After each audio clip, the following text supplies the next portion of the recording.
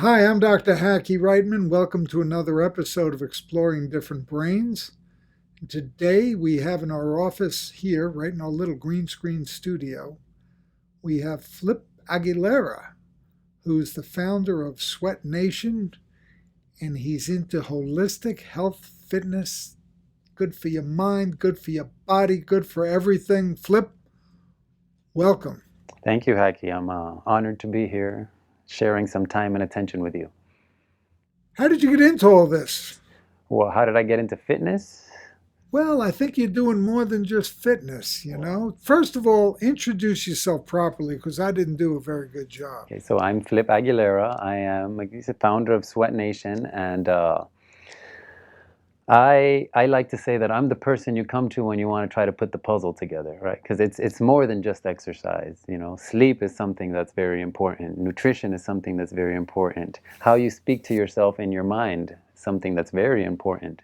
So how all these things come together to create the puzzle of your life is what I try to focus on, and helping people again optimize that and make it the best that I can. How did you evolve into this? So around 2008, when the financial markets were crashing and everything was crashing, my life was crashing too. I had just gone through a divorce, foreclosure, all that fun stuff. But in my 20s, the lifestyle that I led was a very hard charging party lifestyle.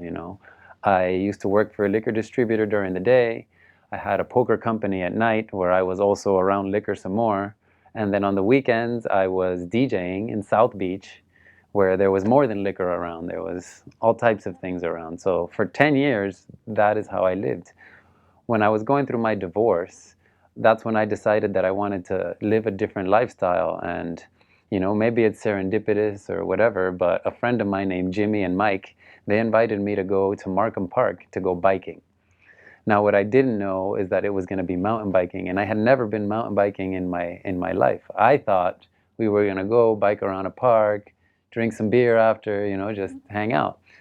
And when I get there, they have a bike for me, and they take me into this trail, and this was the warm-up trail, which probably lasted about no more than 5 minutes. And when we got out of the warm-up trail, I'm like, where did you guys bring me? Why am I here? I'm gonna break something here. And are we done yet? And they were like, no, that was just the warm-up. And I was like, what? It's just the warm-up. So of course, all these guys begin to laugh at me. And I made it through that day. And I was sore for a week after that. But on the way home, I was like, I can't let these guys get one up on me like that. And I started to go back every single day. So in 3 months, I went from about 185 pounds to 155 pounds. And I looked at myself one day in the mirror. I'm like, I'm really skinny with these legs because I'm biking so much. And I need to do something about my upper body. So then, at the age of 20 something, you go to the gym and you start to work the vanity muscles, right? You're doing lots of chest, lots of biceps, triceps, and that's all I would really do. I'm like, I work out my legs when I'm biking, so I don't need to do that there. And what ended up happening is over a couple of months, I ended up getting a shoulder injury. And now I know why I got that shoulder injury. Back then I didn't. So I go to the doctor. The doctor is the cortisone shot. I didn't feel anything anymore. So what do? I go back to doing the exact same thing that got me the cortisone shot. So once that cortisone shot wears off, the other shoulder starts to mess up, and I start to feel the pain back in this shoulder. I can barely lift either arm. And I go back to the doctor, and he's like, I can give you another cortisone shot, but if you come back one more time, we're going in. And I'm like, well, there's got to be a way for me to figure this out without going in, because not that there is not a time and place for going in and fixing something, but once you open the box, it never quite goes back in the same way. So I was like, I took to Dr. Google, right? And I started to read a lot about how athletes rehab and how they get through what they get through. And no matter what, physical therapy was part of the action. So I was like, let me do the physical therapy exercises first and see what happens. It took me a year and a half, but after a year and a half, my shoulders were fine. Everything was good. And that's when I had the light bulb that I was like, oh, if I continue to learn about every single joint, then I can help people that are in pain, which is just about everybody. So I started following this coach named Mike Boyle, and actually had an article that was called The Joint by Joint Approach to Training. So I made that my fitness philosophy as I began to transition out of the party lifestyle, out of working for the liquor distributor, and decided, you know what, if I'm gonna do this, I'm gonna do it for myself. And I jumped off the cliff, and I'm still falling off the cliff still today. So that's how I got into fitness. That was the catalyst. And then once I started working with clients, one of the first questions everybody asks after the workout is, what is it that I should be eating? So then I didn't know really what to answer, because back then I kind of had that bodybuilding mentality. Eat 6 times a day, eat lots of protein. And what I figured out by starting to dig into the nutrition is that nutrition is very complex and we know very little about it, still to this day. Still to this day. So now when I give nutrition advice, there's a lot of trying to explore, okay, what's going to work for you? Because what might work for you might not work for everybody else. And what works for you now may not work for you forever, because we are dynamic systems. We're not static. So then after that, I went to the University of Miami and got a sports coaching certification that says that I can work with athletes. And then again, I went and got the financial certification, which was just a left field, because I figured that part of holistic health is knowing how to build your wealth as well. And then I went and got a holistic life coaching certification from the Chek Institute, which is run by Paul Chek, which is this, big holistic guy out in the West Coast. And that's where I am today, continuing to try to learn. So you touched them all. You got it all going on. Well, over time, you keep asking questions, and you're like, okay, how do I answer this question? So in reading about Sweat Nation, it's kind of a unique approach. Tell us more about Sweat Nation. So Sweat Nation is the company that I started, and no matter whatever you want to accomplish in life, it's going to take sweat. So learning to embrace that concept of it's going to take some work, it's going to take some sweat, and I guess carrying the load purposefully is the mantra, the foundation of what Sweat Nation is trying to put out there. What is your personal connection with neurodiversity? Well, I want to say around 2013, I have a podcast addiction. I have a problem. And I was listening to a podcast with Tim Ferriss, and he had Dr. Rhonda Patrick on there. And she blew me away with just the amount of information that she can retain on her head and just spit it out. So then I went around looking for more information from her, and I saw that she was also on the Joe Rogan podcast. And at that time, I had done my 23andMe genetic testing, but I only got the ancestry part of it. I didn't get the full health spectrum. Yeah. After listening to her, I went and got the health spectrum. And at that time, because now 23andMe is a lot more, they have a lot more that they offer. But at that time, they didn't offer what she was offering, which was she would take your results and tell you which SNPs you had. And that's when I found out that I had one gene of the ApoE4 gene that makes your Alzheimer's probabilities about 30%. If you have that gene, you have a 30% probability of getting Alzheimer's. If you have two of those genes, you have up to an 80% probability. So then, much like her, because she also has that same gene, I was wondering, well, what can I do to make sure that this gene stays off? And that led me down a whole bunch of experiments on myself that I'm on right now talking to you. I'm on one of them right now. What overall approach to exercise would you have for those of us whose brains are a bit different? Or those of us who are concerned about developing dementia, or those of us with autism, or... The thing about Alzheimer's, we know so little bit about it, right? It's a fairly new player on the game that came in strong. It's a strong heavyweight that came up real quick, right? And we're still learning so much about it. When it comes to how to keep your brain in an optimal form, and how exercise and, like, what I like to call it, purposeful movement comes in, is that when you exercise and you push yourself, what you are effectively doing is learning something, right? So say I go do a squat. If I do a 100-pound squat today, my body needs to learn how to do that from a neuromuscular, from a central nervous system, from so many different aspects.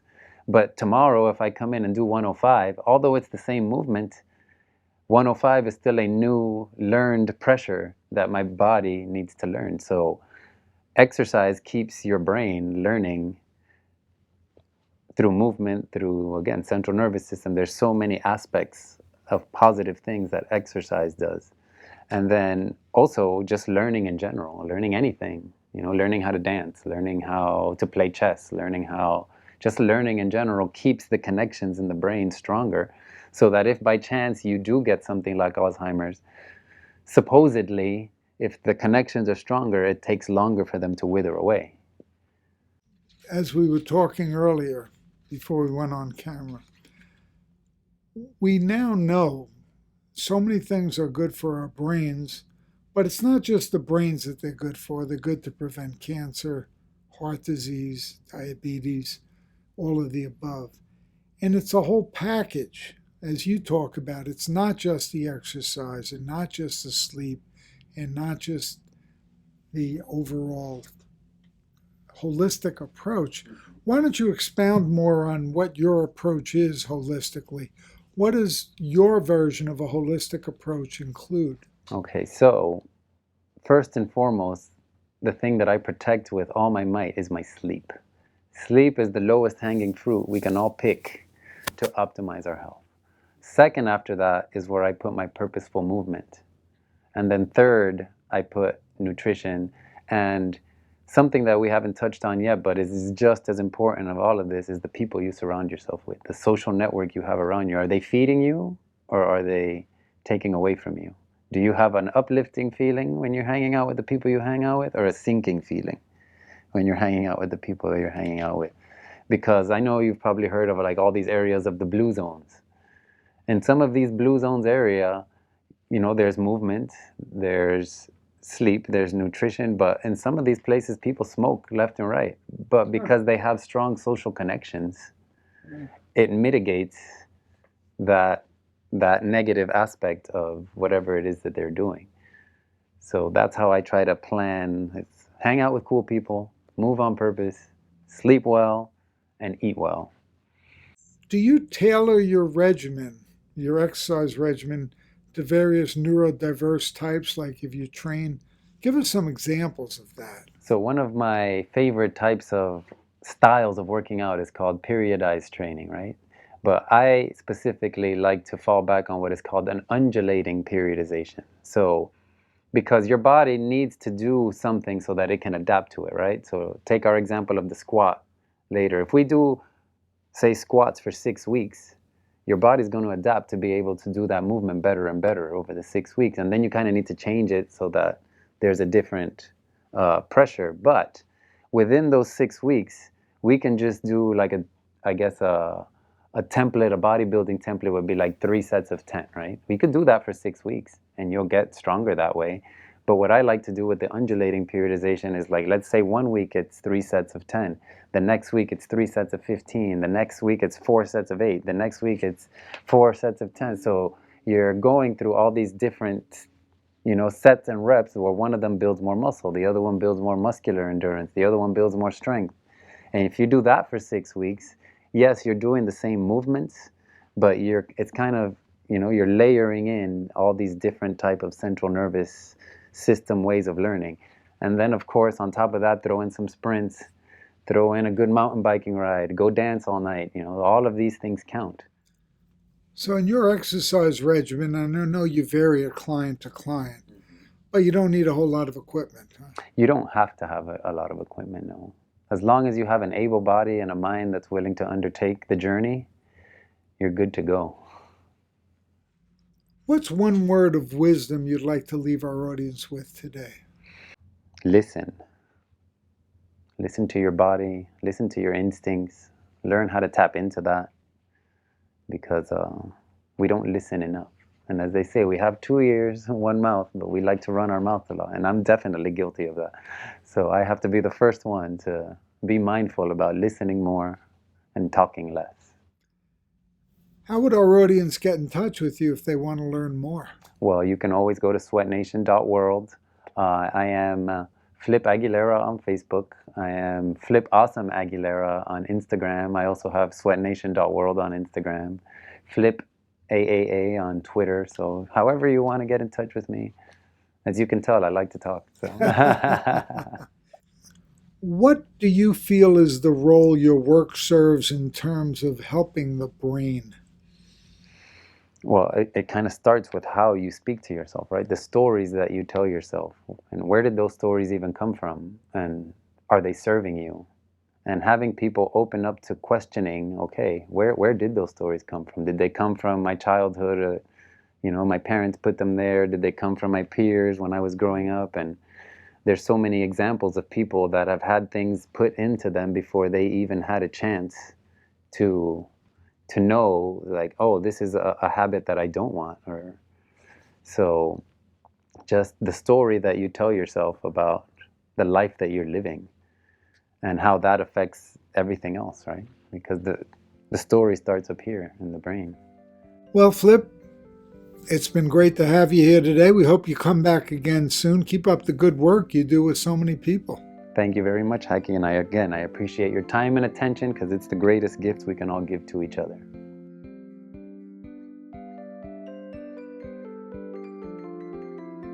Exploring Different Brains is a production of Different Brains, Inc. For more information, visit us at differentbrains.org.